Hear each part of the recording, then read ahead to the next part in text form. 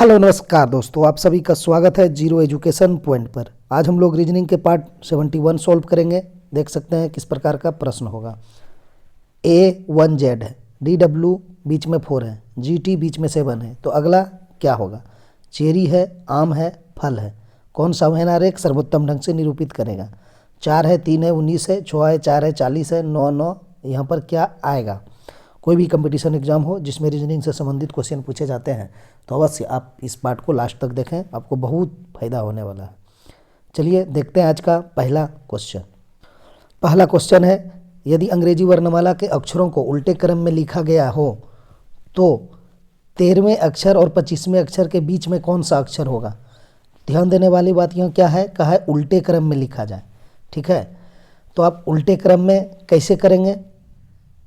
तो जैसे यहाँ देखेंगे आप 13 है, 13 किसका प्लेस वैल्यू होता है? m का।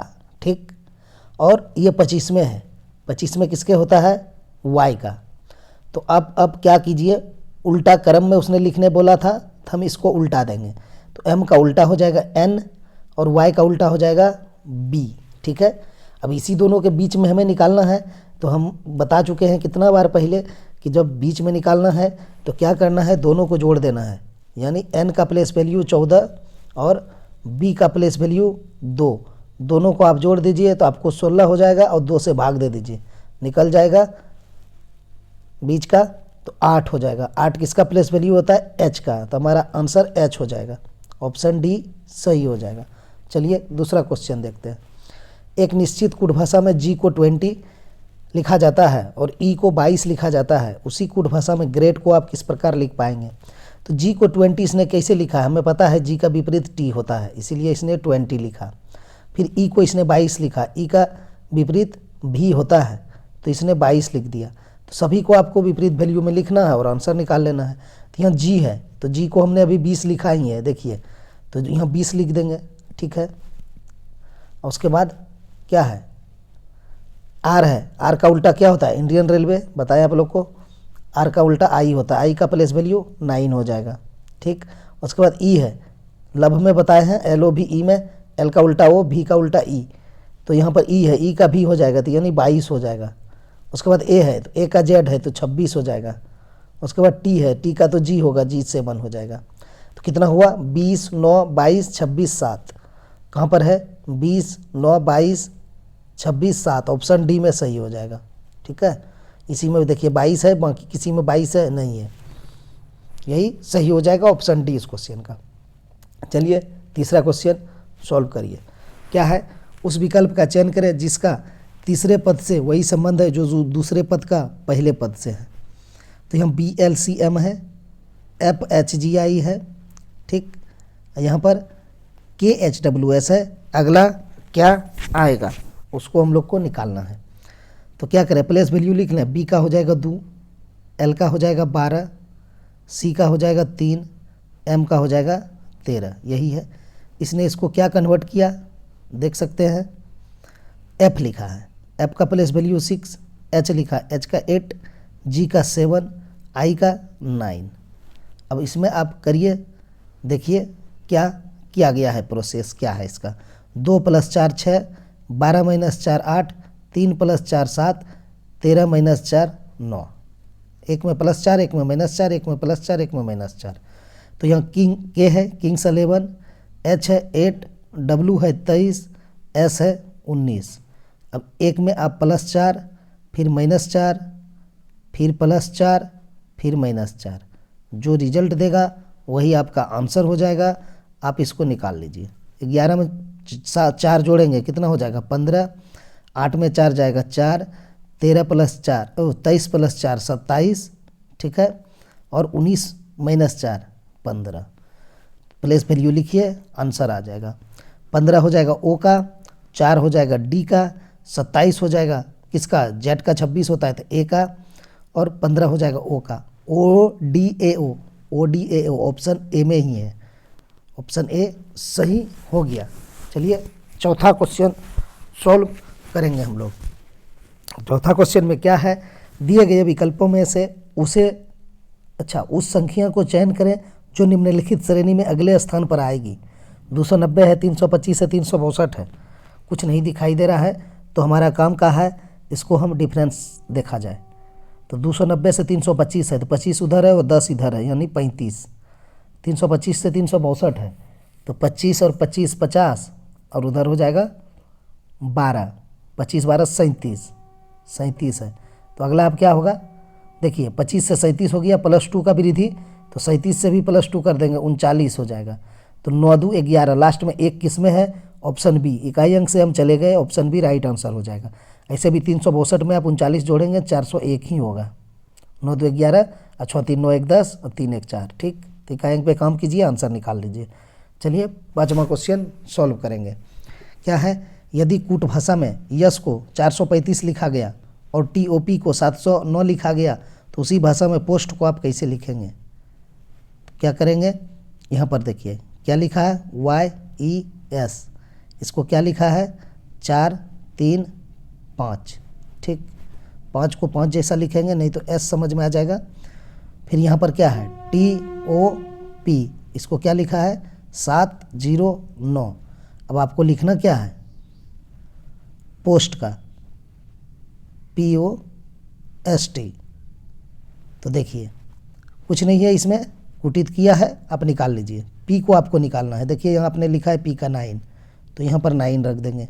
O है, O को देखिए इसने आप यहाँ पर O ही रहने दिया है, तो हम यहाँ पर, अच्छा O रहने दिया है कि 0 किया है, शायद ये 0 है, चलिए कोई दिक्कत नहीं, 0 है तो 0 ही डालेंगे। S है, देखिए S को आपने यहाँ पर 5 लिखा, तो 5 है। फिर T है, T को देखिए आपने यहाँ 7 लिखा, तो यहाँ 7, तो 90 57 कहाँ पर है, ऑप्शन बी में है, ये लगा देंगे, सही हो जाएगा। चलिए छठा क्वेश्चन सॉल्व करेंगे। छठा क्वेश्चन है, दिए गए विकल्पों में से उच्च अक्षर अंकीय समूह का चयन करें जो निम्नलिखित श्रृंखला में प्रश्न चिन्ह को प्रतिस्थापित करेगी। यहाँ पर क्या आएगा, आपको वो निकालना है, ठीक है। चलिए सॉल्व कीजिए। देखिए A से Z है, विपरीत है, D से W है, विपरीत है, G का T है, विपरीत है। तो अगला क्या होगा, कौन संख्या विपरीत है, Q भी J विपरीत है, QJ भी विपरीत है, JQ भी विपरीत है, JS नहीं है। कैसे बनाएंगे आप इसको, चलिए इसमें अब दिमाग लगाना पड़ेगा आपको। यहाँ देखिए A का प्लेस वैल्यू 1, ठीक। यहाँ देखिए Z का 26, आपस में विपरीत है, ये तो हम समझते हैं, लेकिन यहाँ D का 4, ठीक, और W का 23, यहाँ G का 7 और T का 20। ये चीज़ हम क्यों बताएं, यहाँ क्यों लाए, समझने के लिए, वो समझ लीजिए। देखिए बीच में तो 1 है, रख देंगे, यहाँ पर बीच में 4 है, रख देंगे, यहाँ बीच में 7 है, रख देंगे। तो बीच वाला तो फंक्शन हम निकाल लिए, 1 से 4 हुआ है, +3 हुआ है, 4 से 7 हुआ है, +3 हुआ है। तो बीच में जो अगला होगा ना, वो 7 + 3 करेंगे, तो बीच में 10 आ जाएगा, ठीक है। बीच में तो 10 आ गया। अब देखिए आगे में हमें क्या करना है, वो हमको कहाँ से पता चलेगा, यहाँ से पता चलेगा। 1 से कितना हुआ था, 4, यहाँ भी +3 हुआ। 4 से कितना हुआ, देखिए 7, यहाँ भी +3 हुआ। तो अगला भी 7 से जो पहला अंक आएगा उसमें हम +3 कर देंगे, तो 10 हो जाएगा, ठीक है। तो 10 यहाँ पर क्या करना है, देखिए शुरू में हमने अल्फ़ाबेट में लिखा है, तो 10 को आपको J में लिखना पड़ेगा। तो J और ये 10 और J का उल्टा Q आप कर देंगे, ठीक है। सब में है ना, A का उल्टा Z, D का उल्टा W और G का उल्टा T, तो J और Q हो जाएगा लास्ट में, और बीच में 10 हो जाएगा। तो ऑप्शन C सही हो जाएगा, ठीक है। चलिए ऐसे आप निगेटिव में भी जा सकते हैं लेके, कैसे, यहाँ देखिए आपका 26 है, 26 से कितना हुआ है पता है, 23 हुआ है, -3 हुआ है। यहाँ 23 से 20 हुआ है, -3 हुआ है, ठीक है। आप अगर कहेंगे कि 20 से हम -3 करेंगे तो 17 हो जाएगा। तो 17 किसका वैल्यू होता है, प्लेस वैल्यू, तो Q का होता है। तो आप वहाँ से भी जा सकते हैं, अगर आपको विपरीत वैल्यू ना आप लगाए तो आप जा सकते हैं, वो आसानी रहेगा। विपरीत वैल्यू में आप गड़बड़ भी कर सकते हैं, समझ गए। चलिए आपको उस तरह भी एक बार हम समझा देते हैं।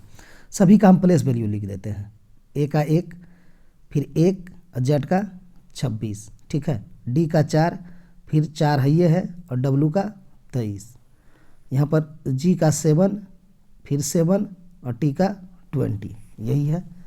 चलिए देखिए हम इसको पार्ट में बांट देते हैं, है ही 3-3 पार्ट में। अब इसको सॉल्व करने का प्रयास करेंगे। देखिए 1 से 4 हुआ +3, तो यहाँ 4 से भी 7 हुआ +3। अगला भी हम क्या करेंगे, +3 कर देंगे और यहाँ लिख देंगे 10। ठीक है, ठीक।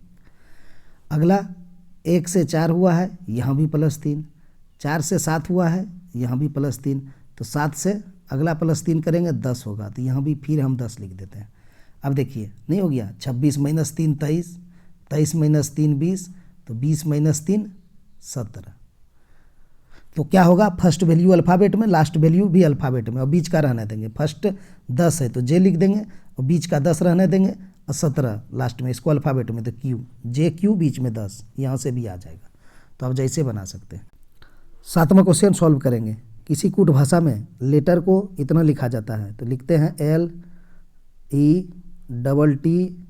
LETTER। इसको इसने क्या लिखा है वो देखिए, एल का तो 12 लिखा ही है, यहाँ पर 12 है, और फिर 5 है। ई को इसने 5 लिखा है, टी को इसने 20 लिखा है, और फिर आपका 7 लिखा है, फिर आपका 22 लिखा है, फिर आपका 18 लिखा है। ठीक है, समझ पाए कैसे लिखा है, समझिए। बहुत अच्छा प्रश्न है, बहुत अच्छा लॉजिक है, काम देगा एग्जाम में। एल का तो 12 होगा, प्लेस वैल्यू 12 लिख दिया। ई का तो 5 होता है, इसने 5 लिख दिया। टी का प्लेस वैल्यू 20 होता है, इसने 20 लिख दिया। अब यहाँ देखिए इस जगह से इसने क्या करा, ये टी को इसने 7 क्यों लिखा पता है? टी का विपरीत वैल्यू जी होता है, जी का प्लेस वैल्यू 7 होता है इसीलिए। ई का प्लेस वैल्यू जो होता है 5, लेकिन इसने लिखा 22 क्यों लिखा? ई का विपरीत भी होता है, इसलिए इसने 22 लिखा। फिर आर का इसने 18 ही रहने दिया। तो ये इसने टी को क्यों 7 लिखा और ई को 22 क्यों लिखा? क्योंकि ये 2 बार आया। यहाँ भी टी आया था तो टी का पहला बार में प्लेस वैल्यू लिखा, दूसरी बार में इसने उसका विपरीत वैल्यू लिख दिया। ई भी था यहाँ, ई का पहली बार में प्लेस वैल्यू लिखा और दूसरी बार में ई का विपरीत वैल्यू लिखा। कहने का मतलब है जो संख्या दोबारा आ रही है यानी पुनरावृत्ति हो रही है उसको विपरीत वैल्यू में लिखेंगे। ठीक है, ठीक है। यहाँ भी देखिए इसने क्या किया, यहाँ है बी, बी का प्लेस वैल्यू 2, उसके बाद एल, एल का 12, ठीक है, आई, आई का 9। अब देखिए यहाँ पर डबल एस है तो एक एस को इसने 19 लिखा है, देखिए पहला एस को, लेकिन दूसरा एस जैसे है ना लास्ट वाला उसको इसने 8 लिखा है। इसीलिए लिखा है कि हमने बताया कि स्टेट हाईवे यानी एस का उल्टा एच होता है, तो एच का प्लेस वैल्यू इसने 8 लिख दिया। क्यों? एस दोबारा आ रहा है, पहला बार प्लेस वैल्यू लिखा, दूसरी बार उसका विपरीत प्लेस वैल्यू लिखा। ठीक है, वही चीज़ आपको कॉमन में करना है। चलिए COMMON, इसको हम क्या करेंगे समझिएगा। सी का तो हमें 3 लिखना पड़ेगा, ओ का तो हमें 15 लिखना ही होगा। अब यहाँ एम है, एम का प्लेस वैल्यू 13 है, हम लिख लेंगे। लेकिन जैसे ही अगला एम देखेंगे, देख रहे हैं दोबारा आ गया, पुनरावृत्ति हो गया, तो एम का प्लेस वैल्यू क्या करेंगे, हम नहीं लिखेंगे, हम इसका विपरीत वाला प्लेस वैल्यू लिखेंगे। तो एम का एन होता है तो एन का 14 होता है, तो आप 14 लिख दीजिए। फिर यहाँ भी ओ था, यहाँ देखिए दोबारा ओ आ गया, तो ओ का उल्टा क्या होता है बताएंगे लब में, एल ओ, तो ओ का एल हो जाएगा। तो एल का प्लेस वैल्यू 12 होता है, अब आपको 12 लिखना पड़ेगा। और यहाँ एन है तो एन का 14, तो क्या हो जाएगा 3 15 13 14, 3 15 13 14, ये नहीं होगा चूँकि यहाँ 11 दे दिया है। 3 15 13 14 12 14, यही आंसर सही है, ऑप्शन सी इसका सही हो जाएगा। ठीक है, हो गया राइट आंसर ऑप्शन सी। नियमतः ये बी होना चाहिए, थोड़ा सा टाइपिंग मिस्टेक है तो सी है तो सी ही मानेंगे। ऑप्शन सी सही है, ये भी आई कर लीजिए इस क्वेश्चन को। ठीक है, चलिए 8वां क्वेश्चन हम लोग सॉल्व करेंगे। शिवा पूर्व की ओर 18 किलोमीटर चलता है, वह बाईं ओर मुड़ता है। चला देते हैं, पता है आप लोगों को, ऊपर उत्तर, नीचे दक्षिण, इधर पूरब, इधर पश्चिम। ठीक है, तो 18 किलोमीटर चलता है, कहाँ? शिवा पूर्व की ओर, तो पूर्व की ओर चला दिया 18 किलोमीटर। वह बाईं ओर मुड़ता और 37 किलोमीटर चलता है, तो आपकी पूर्व की ओर जा रहे हैं तो आपका बाईं हो जाएगा उत्तर, उत्तर आप चल गए और 37 किलोमीटर चल गए। वह बाईं ओर मुड़ता है तथा 24 किलोमीटर चलता है, फिर बाएं मुड़ता और 24 चलता है, तो यहाँ से यहाँ तक तो 18 होगा, ये जो लाइन खींच रहे हैं, लेकिन चला है 24, तो पक्का इससे ही ज़्यादा जाएगा दूर, तो यहाँ है। तो अब आंसर क्या मांग रहा है आपको वो देखना पड़ेगा। वो अपने आरंभिक बिंदु से किस दिशा में है? आरंभ उसने कहाँ से किया था? यहाँ से आरंभ किया था, और अभी है कहाँ पर? यहाँ पर। तो ये दिशा क्या है? ऐसे एरो डालिए, ये दिशा क्या हो गया?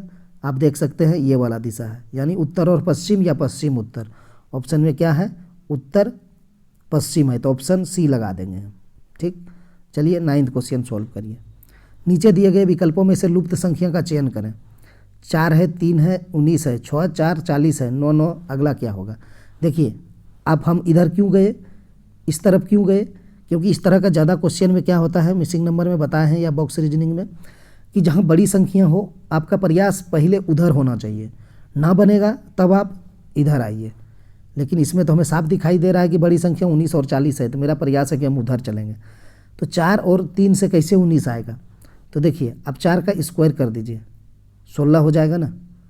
4 का स्क्वायर 16 और उसमें इस 3 को आप जोड़ दीजिए तो 19 हो जाएगा। ठीक, यहाँ भी आप देखिए 6 का स्क्वायर कर दीजिए, कितना हो जाएगा 36, प्लस इस 4 को जोड़ दीजिए तो आपको हो जाएगा 40। यहाँ क्या करिए 9 का स्क्वायर कर दीजिए तो 81 हो जाएगा, प्लस इस 9 को जोड़ दीजिए तो 90 हो जाएगा। ऑप्शन बी सही। 10वां क्वेश्चन सॉल्व करिए।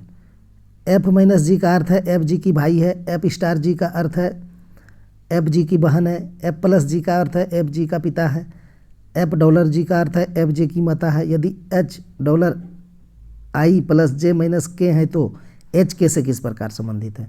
चलिए अब निकालते हैं। यहाँ क्या संबंध दिया है, एच डॉलर आई, तो यहाँ एफ डॉलर जी का क्या अर्थ है, एफ जी की माता है, यानी एफ जी की माता है तो यहाँ एच आई की माता हो जाएगी। एच आई की माता है तो आई पे एच के ऊपर निगेटिव चार्ज करेंगे, चूँकि आई की माता है वो स्त्रीलिंग है। ठीक है, एच डॉलर आई का काम खत्म हो गया। अब आई प्लस जे का काम करेंगे। आई प्लस जे में क्या है रिलेशन, प्लस वाला रिलेशन कहाँ, यहाँ एफ प्लस जी का अर्थ है एफ जी का माता है। ठीक है, एफ जी का माता है कि पिता है, अच्छा एफ जी का पिता है लिखा हुआ है, सॉरी पिता है, तो यहाँ आई जे का पिता हो जाएगा। ठीक है, आई जे का पिता है तो आई के ऊपर पॉजिटिव चार्ज करेंगे, ये जे हो गया। ठीक है, अब चलेंगे जे माइनस के, माइनस वाला टर्म कहाँ दिया है, एफ माइनस जे का जी का अर्थ है एफ जी का भाई है। ठीक, तो यहाँ जे जो है के का भाई है, तो जे के का भाई है तो जे के ऊपर पॉजिटिव हो गया। अब आंसर निकाल लीजिए, पूरा समीकरण तो हम बैठा दिए। तो एच के से किस प्रकार संबंधित है, के से कहा है तो के से चलिए एच पर, तो के का ही भाई है, भाई का पिता है, तो यानी के का भी आई पिता हो गया और आई का भी माँ है एच, तो पिता का माँ क्या हो जाएगी, दादी। ऑप्शन सी सही हो जाएगा। ऐसे भी यहाँ स्त्रीलिंग यानी निगेटिव वाला चाहे एच था। ठीक है, तो आंसर तो आपको दादा और पिता होता नहीं, क्योंकि एच के ऊपर निगेटिव है, तो बहन होता और दादी होता। तो बहन कहाँ से हो पाएगा, पिता का ऊपर चला गया ना रिलेशन, एक पीढ़ी 2 पीढ़ी, तो आप आंख मूंद के सी लगा सकते थे। बहन में आपको कन्फ्यूजन नहीं होना था। यहाँ पर क्या कहा था, एच के से किस प्रकार संबंधित है। ब्लड रिलेशन में हम क्या करते हैं, जिससे कहता है उससे चलते हैं, के से, तो के से हम चले एच पर, तो दादी निकल गया। ऑप्शन सी सही हो गया। चलिए 11वां क्वेश्चन हम लोग सॉल्व करेंगे। क्या है, एक 12 घंटे वाली घड़ी की मिनट वाली सुइयां व घंटे वाली सुइयों के बीच 6:30 बनने वाले दोनों कोनों के बड़े कोण का मान ज्ञात करना है। यहाँ क्या है, 6 घंटा 30 मिनट और 30 सेकंड है। चलिए इसको भी कन्वर्ट करने हम लोग आज सीखेंगे। तो क्या होता है सूत्र इसका, 30 गुना घंटा, 6 घंटा है, माइनस 11/2 और गुना मिनट होता है। तो मिनट आपके पास 30 मिनट 30 सेकंड है, तो पहले 30 सेकंड को मिनट में कन्वर्ट कीजिए। ये तो 30 मिनट हो गया, प्लस 30/60 हो जाएगा। सेकंड में 60 से भाग दे दिए, मिनट में कन्वर्ट हो गया। तो ये कटा दीजिए, 30 दूना 60 यानी 1/2 हो गया। 30 प्लस 1/2 कितना हो जाएगा, 30 दूना 60, 61/2 इसका मान आ जाएगा। तो यहाँ आप लिख दीजिए 61/2। ठीक, अब हो जाएगा 30 छक 180 माइनस 60 गुना 11 है, तो 60 गुना 11, पहले आप 60 गुना 10 कर लीजिए, तो कितना हो जाएगा 610 और 11 था, तो यानी एगो 61 उसमें जोड़ दीजिए। 610 में 61 जोड़ देंगे तो कितना हो जाएगा 671, 671/4 हो जाएगा। अब 671/4 हो गया, तो 4 से भाग दीजिए 671 में, तो कितना हो जाए 4 × 4 बच्चेगा 2, तो 27 हो गया। 6 चौक 24, 3 हो गया और 1 31, तो 7 चौक 28, फिर 3 हो गया, यानी 31 है तो 7 चौक 28, 3 31, तो अब नहीं खाएगा तो यहाँ पॉइंट दीजिए। तो कैसे होगा, 31 है तो वहाँ 30 हो जाएगा, तो 7 चौक 28, अब बचेगा 2, ठीक, 30 में 28 गया, 2 बचा, तो अब हो जाएगा 5 चौक 20, तो ये हो जाएगा 167.75। तो आप घटा दीजिए 180 माइनस 167.75, कैसे घटा पाएंगे? चलिए इस जगह लिख के सरल रूप से हम लोग घटा देते हैं। 180 माइनस 167.75, तो कुछ नहीं है, तो यहाँ 0 रखिए और इसको घटा दीजिए। 10 में 5 जाएगा 5, 9 में 2 जाएगा 7, ठीक, यहाँ 9 में फिर, अच्छा यहाँ 9 में 7 जाएगा तो 2 होगा, 9 में 7 जाएगा 2, फिर यहाँ 9 में 7 जाएगा 2, यहाँ पॉइंट है तो डाल देंगे, और यहाँ बचेगा फिर आपका 7, तो 17 में 7 में 6 जाएगा तो कितना हो जाएगा 1, यहाँ पर 0 कैंसिल, यानी 12.25 हो गया। तो आप 180 में जब 167 घटाए तो आपको 12.25 आ गया। तो क्या कहीं आपका मान दिया हुआ है 12.25? नहीं दिया है, क्योंकि ये छोटा कोण है। आपसे क्या मांगा है? बड़ा कोण। घड़ी में हमेशा 2 कोण बनता है, तो बड़ा कोण कैसे निकालेंगे? तो 12.25 को आप घटा दीजिए, किस में? 360 में। 360 माइनस हो जाएगा 12.25, ठीक है, यहाँ फिर 0 रखिए, 10 में 5 जाएगा तो 5, और यहाँ 9 में 2 गया 7, ठीक, और यहाँ आपका फिर 9 में 2 जाएगा तो हो जाएगा 7, यहाँ पॉइंट डाल देंगे, और यहाँ बच जाएगा आपका 5 में 1 जाएगा 4, और यहाँ बच जाएगा 3, यानी 347.75 हो जाएगा, ठीक है। तो कहाँ पर है ये? 347.75 इसका आंसर हो जाएगा, ऑप्शन ए में है। ऐसे भी आप दिमाग से भी कर सकते थे कि छोटा कोण आया हमारा 12.25, तो 360 में सिर्फ आप 12 घटाते तो आपको 348 मिल जाता, तो 348 मिल जाता, लेकिन और 25 घटाना था तो 347.75 हो जाएगा, 348 से 25 कम हो जाएगा। तो ये कैलकुलेशन करने से आप बच जाते।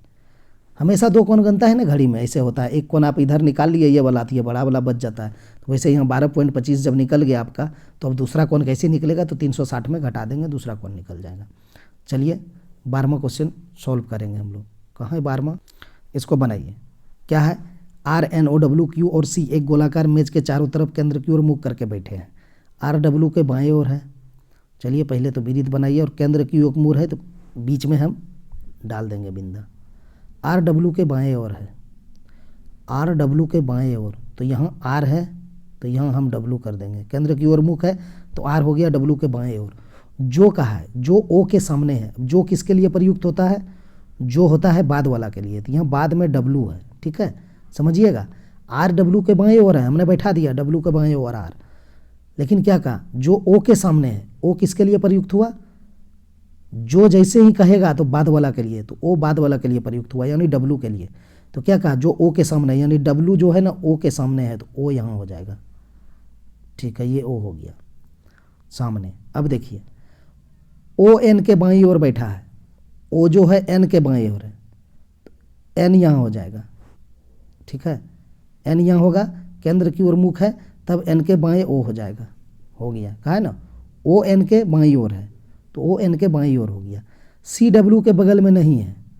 अब C जब W के बगल में नहीं है, कहने का मतलब यहाँ C नहीं है, ठीक है, तो C है कहाँ? तो चलिए यहाँ यहीं पर समझने वाली खेला है। ये देखिए, ये O के सामने हो गया W, तो N के सामने भी कोई होगा और R के सामने भी कोई होगा, ठीक है। अब जब कह रहा है C W के बगल में नहीं है, तो जब C यहाँ नहीं है तो C को हम यहाँ बैठा देंगे, ठीक है। अब बच कौन गया? 5 तो बैठा दिए, O C N R W, बच क्या गया? Q, तो हम Q को यहाँ बैठा देंगे, हो गया सब हमने सामने। अब क्या पूछा है? मांग बना लीजिए। Q के बाईं ओर कौन बैठा है? तो Q है, केंद्र की ओर मुख है, तो बाएं इधर हो जाएगा, तो W बैठा है, ऑप्शन बी सही हो जाएगा, ठीक है। चलिए 13वां क्वेश्चन देखेंगे। यहाँ पर क्या कहा? प्रतीकों को उपयुक्त सेट का चयन करें। 23 है, 7 है, 15 है, 8 है। यहाँ पर प्रतीक को कहाँ कहाँ पर आप रखेंगे? गुना को यहाँ रखेंगे पहला ऑप्शन के अनुसार, माइनस को यहाँ पर रखेंगे और भाग को यहाँ पर रखेंगे। क्या आपको 168 दे पाएगा? फिर दूसरा ऑप्शन के साथ प्लस को आप यहाँ रखेंगे, भाग को बीच में रखेंगे, माइनस को यहाँ रखेंगे, क्या आपको 168 दे पाएगा? तो इस तरह का प्रश्न में हम लोग कुछ नहीं कर सकते हैं, हमें ऑप्शन चेक करना ही पड़ता है। हाँ, हम लोग एक चीज़ कर सकते हैं, जहाँ भाग ना लगे, दशमलव में आ जाए तो वहाँ से हम छोड़ के आगे की ओर बढ़ जाते हैं। क्योंकि जब पॉइंट में आंसर आना है तो पॉइंट में है ही नहीं तो हम आगे निकल जाते हैं। देखिए अभी यहाँ क्या होगा आपके साथ, पहला वाला ऑप्शन को बैठाइए। 23 है, गुना बैठाएंगे 7, भाग बैठाएंगे 15, घटो बैठाएंगे 15 और भाग बैठाएंगे 8। अब आप ही बताइए इसमें पहले किसका क्रिया होगा, कोष्टक का भागा गुना जोड़ घटा हुआ, तो यहाँ ना कोष्टक है ना का है तो भागा है, तो पहले भागा का क्रिया होगा ना। 15/8 आप करेंगे तो क्या कटा पाएंगे, इधर माइनस है, गुना रहता तो भी 7 8 नहीं कटता। तो जैसे ही ऐसा डिफिकल्ट आए ना, इसको आप छोड़ के आगे बढ़ जाइए, ये आंसर नहीं दे पाएगा, 99% नहीं दे पाएगा। फिर यहाँ देखिए इसको बैठाते हैं, क्या है 23 है, प्लस है 7 है, भाग है 15 है, ठीक है, और लास्ट में घटाव है 8 है, बराबर 168 है। यहाँ भी देखिए भागा का ही क्रिया होगा तो 7/15 हो जाएगा, क्या कट पाएगा, इधर भी 23 प्लस है, ये भी भाग नहीं लगेगा, तो ये भी नहीं होगा। अब यहाँ पर आप आइए, फिर आप करेंगे 23 जोड़ 7 घटाव 15 भाग 8, यहाँ भी भाग का क्रिया होगा, देखिए 15/8 होगा, ये भी नहीं कटेगा आपका, ठीक है। ये तो आपको यहीं से देख लेना था कि इसका लास्ट में भी भाग है, इसका लास्ट में भी भाग है, तो जब ए वाला नहीं गया तो इस वाला से कैसे बनेगा। अब आपका आंसर ऑप्शन डी होने वाला है। चलिए चेक करते हैं, कंफर्म कर लेते हैं हम लोग। 23 है, गुना 7 है, जोड़ 15 है, आपका घटाव 8 है, यही है। तो देखिए पहले गुना का क्रिया होगा, यहाँ भाग तो है ही नहीं, तो 7 या 21, 7 दूना 14, 1 15, ठीक है, 7 दूना 14 और 2 16, 7 या 7 दूना 14 2 16, 161 प्लस 15 माइनस 8, अब जोड़ दीजिए 161 और 15 कितना हो जाएगा 176, 176 माइनस 8 करेंगे तो आपको 168 मिल जाएगा। देखिए हो गया ना सही, ऑप्शन डी। तो ये तरीका होता है इस टाइप को प्रश्न को सॉल्व करने के लिए, आपको इस पे ध्यान देना पड़ेगा तभी आप आंसर निकाल पाएंगे, अन्यथा आप सब कुछ चेक करते रह जाएंगे, सेट करते करते बहुत समय लग जाएगा। जैसे ही देखें भाग नहीं लग रहा है पॉइंट में आ रहा है, भाग नहीं लग रहा है पॉइंट में आ रहा है, भाग नहीं लग रहा है पॉइंट में आ रहा है, तो हम सीधा ऑप्शन डी की ओर चल जाएंगे। चलिए 14वां क्वेश्चन सॉल्व करते हैं। निम्नलिखित शब्दों के लिए सबसे उपयुक्त वहन आरेख चुनें। चेरी है, आम है, फल है, कौन सा वहन आरेख सर्वोत्तम ढंग से निरूपित कर रहा है वो चीज़ देखिए। तो यहाँ देखिए फल है, तो चेरी भी तो फल है, आम भी तो फल है, तो फल के अंतर्गत दोनों आएंगे, फल हो जाएंगे, ठीक, फल के अंतर्गत दोनों आएंगे, लेकिन चेरी अलग प्रकार का फल है और आम अलग प्रकार का फल है, तो एक को आप चेरी मान लीजिए, एक को आप आम मान लीजिए। तो इस टाइप का किस में है, ऑप्शन सी में है, इसका राइट आंसर ऑप्शन सी हो जाएगा। दोस्तों आज इतना ही, हम लोग मिलेंगे नेक्स्ट वीडियो में। वीडियो अच्छा लगे हो तो आप लोग लाइक कर लीजिए, शेयर भी कर दीजिए, और चैनल को सब्सक्राइब नहीं किए हैं तो सब्सक्राइब कर लीजिए, और बेल आइकन प्रेस करके अपना तैयारी को आगे बढ़ाते रहिए। चलिए मिलेंगे हम लोग नेक्स्ट वीडियो में। वीडियो देखने के लिए बहुत बहुत धन्यवाद।